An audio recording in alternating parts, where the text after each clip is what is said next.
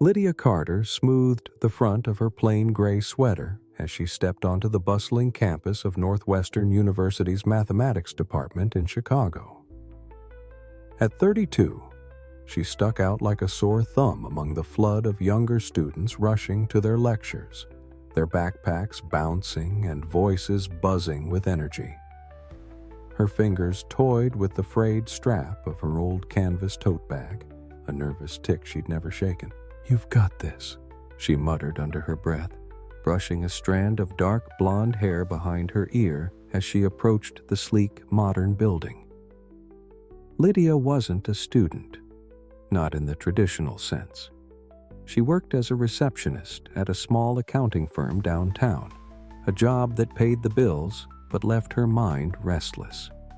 She'd never set foot in a university classroom until today, when an unexpected chance had pulled her into this world. It started with an online math competition, a quirky initiative by the university to scout untapped talent. For years, Lydia had buried her love for numbers deep. During lunch breaks, while her co-workers swapped stories about their weekends, she'd hunch over her phone, solving calculus problems just for the thrill of it. At night, after logging invoices, she'd dive into online forums, untangling equations that left grad students scratching their heads. The program's exclusive, Dr. Ta, Rachel Monroe had told her over the phone a month ago. "But your solutions to our challenges, they blew us away. We'd like you to audit some advanced courses, maybe even earn a scholarship." Lydia had almost hung up right then. Her, sitting with Ivy League-bound prodigies? She'd learned math from battered library books, not lecture halls. But something, maybe the same stubborn spark that drove her to master integrals in her cramped apartment, made her say yes. Now, as she neared the building, she caught her reflection in the glass doors. Simple sweater, faded jeans, no trace of the polished confidence the other students oozed. Just an average woman with a mind that didn't fit the mold. She inhaled sharply and pushed the door open, stepping into a world she'd only imagined. The halls hummed with talk of proofs and equations, students clutching glossy textbooks she'd only borrowed from the library. "Room 412, she whispered, glancing at the crumpled map she'd printed at home. Advanced Calculus with Dr. Victoria Langston. Even Lydia knew that name. Dr. Langston's textbook was her bedside companion, its pages worn and scribbled with notes. The woman was a legend, brilliant, tough, and according to rumors, ruthless with anyone she thought didn't belong. Lydia hesitated outside the lecture hall, her pulse hammering. This was it, the life she'd dreamed of but never dared to claim. Now or never, she told herself, and swung the door open. The room went quiet as she stepped inside. Rows of students in trendy jackets and pricey sneakers turned to gawk at her. In her plain sweater and scuffed flats, she felt like an intruder. She slid into a seat near the front, ignoring the stares. A guy in a hoodie, tapping away on a shiny laptop, shifted slightly away as she sat down, like her normalcy might rub off on him. "This seat taken?" she asked softly. "Nope," he grunted, barely glancing up. Lydia pulled out her spiral notebook, paper, not a tablet, and lined up her pencils, sharpened to perfect points. Whispers floated around her, sharp enough to sting. "She's in that weird program.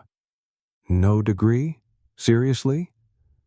What's she even doing here?" She stared at her notebook, pretending not to hear. She'd spent her life being underestimated. This was nothing new. The lecture hall was a marvel. Tiered seats facing a massive chalkboard, portraits of stern-faced mathematicians glaring down from above. A girl with sleek braids a few seats over leaned to her friend. "Dr. Langston's gonna shred her," she hissed, not bothering to whisper. "She doesn't even let TAs talk without a PhD." Her friend smirked. $20 says she bolts before the bell. Lydia's grip tightened on her pencil, but her face stayed calm. If they knew how many nights she'd wrestled with Langston's toughest problems, published in journals she'd tracked down online, not for grades, but for the sheer joy of it, they'd choke on their words. The side door swung open, and silence crashed over the room. Dr. Victoria Langston marched in, her auburn hair swept into a tight chignon, her navy suit crisp and commanding. Behind her trailed Dr. Rachel Monroe, the program coordinator, her expression softer but alert. Dr. Langston set her briefcase down and scanned the room with steely gray eyes. When they landed on Lydia, her lips twitched. Disdain, maybe, or curiosity. "Welcome to advanced calculus," she said, her voice slicing through the air. "For those who belong, this will push your limits. For those who don't—" Her gaze flicked back to Lydia. "The drop deadline's Friday." The warning hung heavy. Lydia squared her shoulders. She'd earned her spot, degree or not, and she wasn't here to cower. 20 minutes in, Lydia was hooked. Dr. Langston's lecture was a masterpiece, complex derivatives unraveled with a clarity that made Lydia's chest ache with awe. She scribbled notes, linking the professor's words to tricks she'd taught herself years ago. Sometimes she'd spot a solution a heartbeat before Langston wrote it, a quiet rush sparking through her. "This differential equation, Doctor," Langston said, chalk flying across the board, "demands precision with the product rule across variables." Lydia nodded absently. She'd cracked a faster way to solve these last summer, shaving steps without losing accuracy, a late-night breakthrough she'd never shared. "Something to add, Ms. Carter?" Dr. Langston's voice cut sharp and cold. The room froze, every head swiveling to Lydia. She blinked, realizing her nodding had given her away. "No, Dr. Langston," she said, voice steady despite her racing heart. "Just keeping up." The professor's brow arched. "Really? You find multivariable calculus so simple you're nodding like it's grade school math?" Snickers rippled through the seats. Dr. Monroe frowned from the sidelines, but said nothing. "I didn't mean—" Lydia started, but Langston waved her off. "Then prove it." She tapped the board, where a brutal equation sprawled, twisted variables and nested functions. "Solve this. Now." The room buzzed with anticipation. The hoodie guy smirked. Lydia stood, legs shaky but mind clear. She'd seen worse on those sleepless nights. Taking the chalk, she worked step by step, her shortcut unfolding naturally. The Snickers faded as her solution took shape, elegant, correct, and faster than the textbook method. She set the chalk down and turned. Dr. Langston stared, eyes narrowed. The silence stretched. Then she nodded once. "Adequate," she said, but her tone had shifted. No mockery now, just appraisal. Dr. Monroe smiled faintly. The students gaped, whispers turning to, "How'd she do that?" Lydia sat, heart pounding, but a grin tugged at her lips. She'd come to prove she belonged. Maybe, just maybe, she'd done it. Lydia Carter froze as Dr. Victoria Langston's voice sliced through the lecture hall. "Since you're so at ease with the material, Ms. Carter, why don't you solve this for us?" The professor gestured to the chalkboard, where a sprawling, unsolved equation waited like a coiled snake. Lydia's throat tightened. It wasn't that the problem was unsolvable. She could already see the threads of a solution, but doing it with 30 pairs of skeptical eyes boring into her, plus Dr. Langston's frosty glare, was a far cry from the quiet of her apartment. Lydia faltered, her voice barely audible. Langston waved a dismissive hand, turning back to the board. This program might welcome people without proper training, but there's no substitute for a real foundation. Dr. Rachel Monroe stepped forward, her tone gentle. Victoria, maybe. No, Rachel, Dr. Langston snapped, cutting her off. These students need to see the difference between disciplined study and amateur tinkering. She pivoted back to Lydia, her gray eyes glinting with challenge. Miss Carter, I insist. Show us what you've got. The guy in the hoodie next to her muttered to his buddy, This is going to be a disaster. Lydia closed her notebook slowly. The equation was tough but familiar. Its bones echoed problems from Langston's own textbook, the one she'd scraped together 3 weeks' pay to buy used. She stood, her legs steadier than she'd expected, and walked to the front. The room stretched endlessly with each step, heavy with the weight of doubt radiating from the seats. Dr. Langston handed her the chalk, their eyes locking for a split second. Lydia saw it. The certainty of her failure, the eagerness to prove outsiders didn't belong. She turned to the board, the equation towering over her like a dare. Whenever you're ready, Ms. Carter, Dr. Langston said, her voice laced with mock patience. Or would you rather sit back down? Lydia pressed the chalk to the board, its coolness grounding her. The problem was a beast.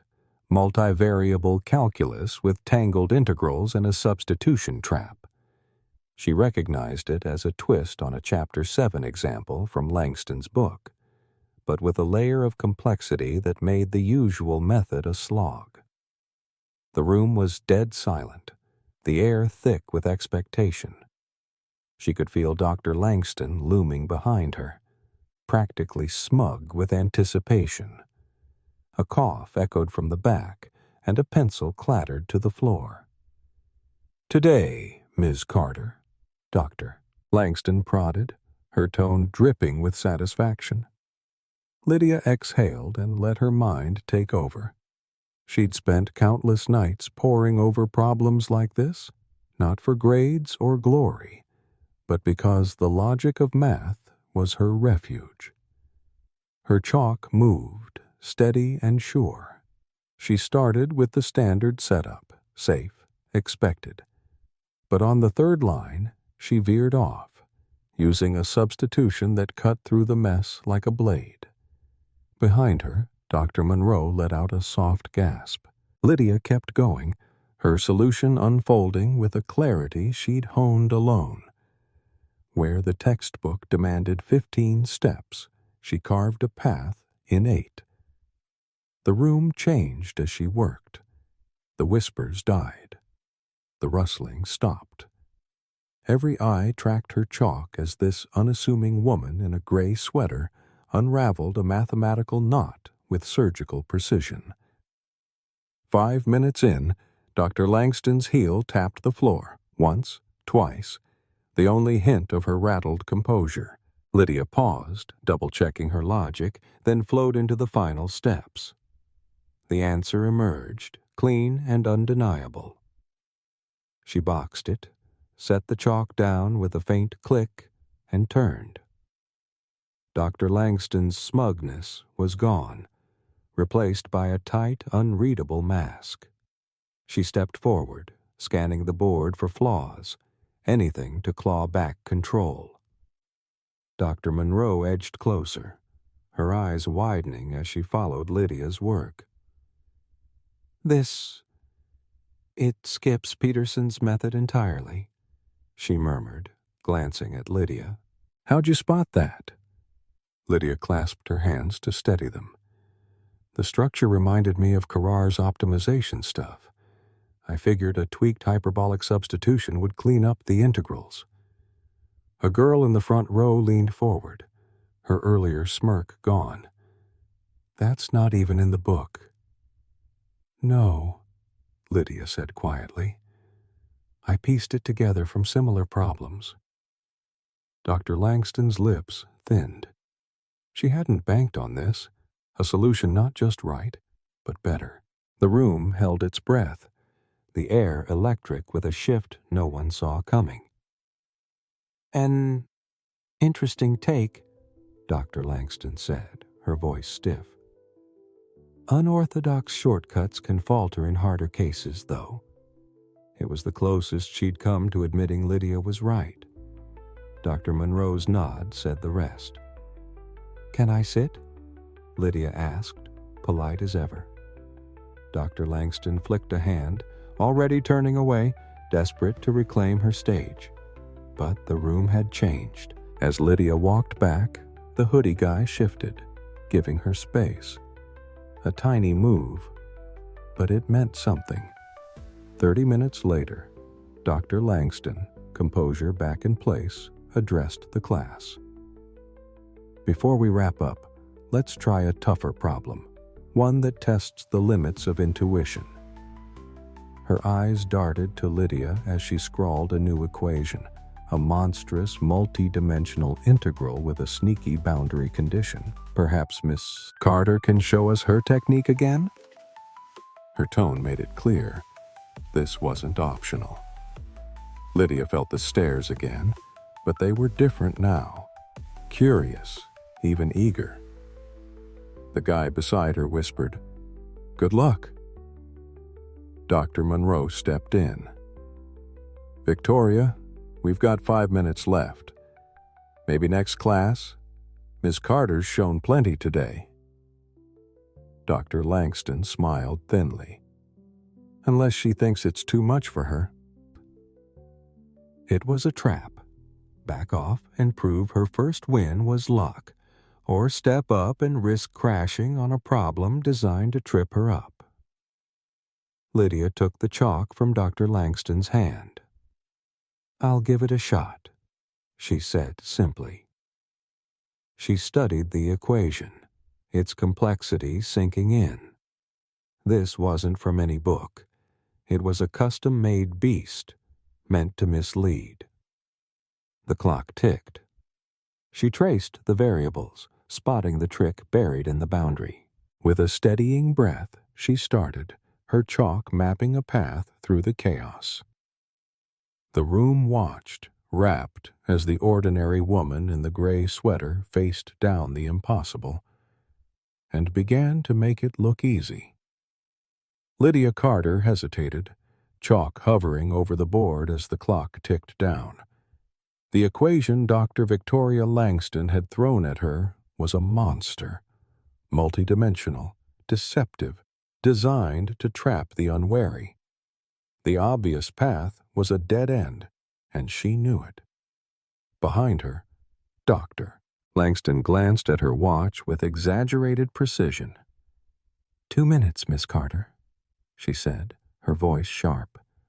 Lydia ignored the jab, her mind racing. Then she saw it, a hidden symmetry, subtle and easy to miss under pressure. She scrapped the standard setup and rewrote the problem in a new coordinate system, one that peeled back its layers.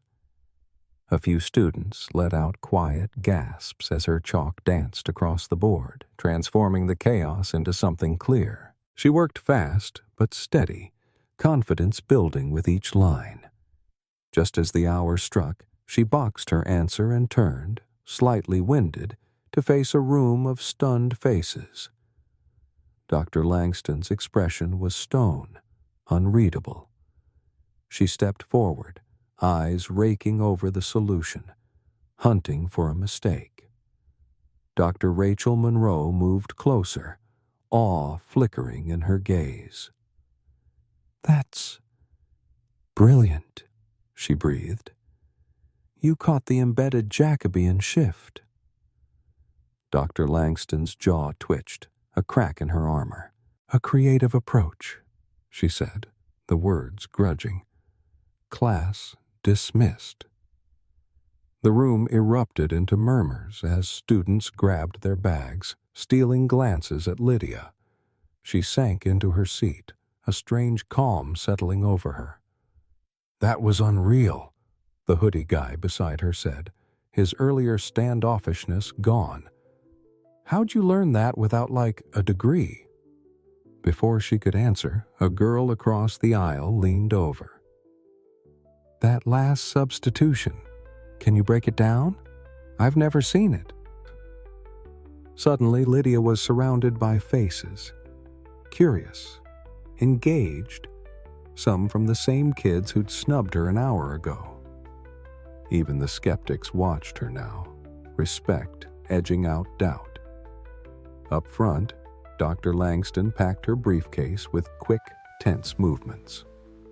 Dr. Monroe approached Lydia, smiling warmly. Ms. Carter, can we talk in my office? We need to rethink your role in this program. The buzz trailed Lydia into the hall as students scattered. Some lingered, eyeing her as she spoke with Dr. Monroe in a quiet corner. What you did in there, Dr. Monroe said, her voice bright with admiration, was extraordinary. Your knack for complex analysis, it's rare. Lydia tucked a strand of dark blonde hair behind her ear, still reeling from the shift. I just see patterns, she said. Numbers click for me more than people ever have. A few feet away, Dr. Langston emerged from the classroom, posture stiff, spotting Lydia with Dr. Monroe, her lips pressed thin, but she didn't walk away. She strode over. Carter, she said, her tone clipped but formal. Today was unexpected. It wasn't an apology.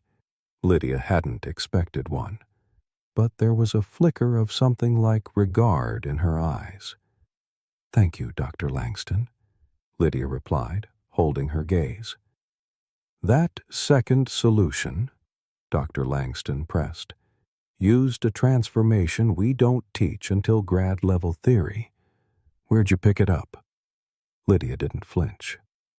I didn't. I worked it out myself, messing with problems from your third book. The usual methods felt clunky. Dr. Langston's brows lifted, a rare hint of surprise breaking through. For the first time, she seemed to see Lydia, not as an outsider, but as a mind worth noticing. I see, she said at last. Well, I expect you to keep showing up. With a brisk nod to Dr. Monroe, she turned, heels snapping against the floor as she left. Dr. Monroe grinned. From Victoria, that's a gold star. They talked logistics, moving Lydia from auditing to a scholarship track. As they did, students from the class passed by. A few nodded at her, one stopped, shifting awkwardly. There's a study group Thursdays in the Math Commons, he said. We could use someone like you. Lydia blinked, unused to the invite. I'll think about it, she managed, stunned by the turnaround. By the time she left Dr. Monroe and headed for the exit, word had spread. Strangers glanced her way. A professor she passed did a double-take when Dr. Monroe called her by name. Lydia wasn't naive. Today didn't erase everything. Doubters would linger, whispering her wins were luck, and Dr. Langston's truce might not last in the cutthroat world of academia. But something had clicked. She'd stepped out of the shadows, proven herself under fire, and held her own. Outside, the evening sun bathed the campus in gold. Lydia paused on the stone steps, soaking it in. This morning she'd walked in braced for rejection, a receptionist dabbling in a world that wasn't hers. Now, she had Dr. Monroe's promise of a scholarship pitch and a chance to publish her methods in the department journal. Her phone buzzed. A text from her coworker at the accounting firm. "How'd the math thing go? They scare you off yet?" She smiled, fingers hovering over the keys. How do you sum up a day like that, the moment people stop looking through you and start seeing you? "It was good," she typed. "Might be sticking around." Descending the steps, she spotted Dr. Langston crossing to the faculty lot. Their eyes met across the distance. No wave, no warmth, just a quiet acknowledgement. Not an intruder, not a fluke, a mathematician.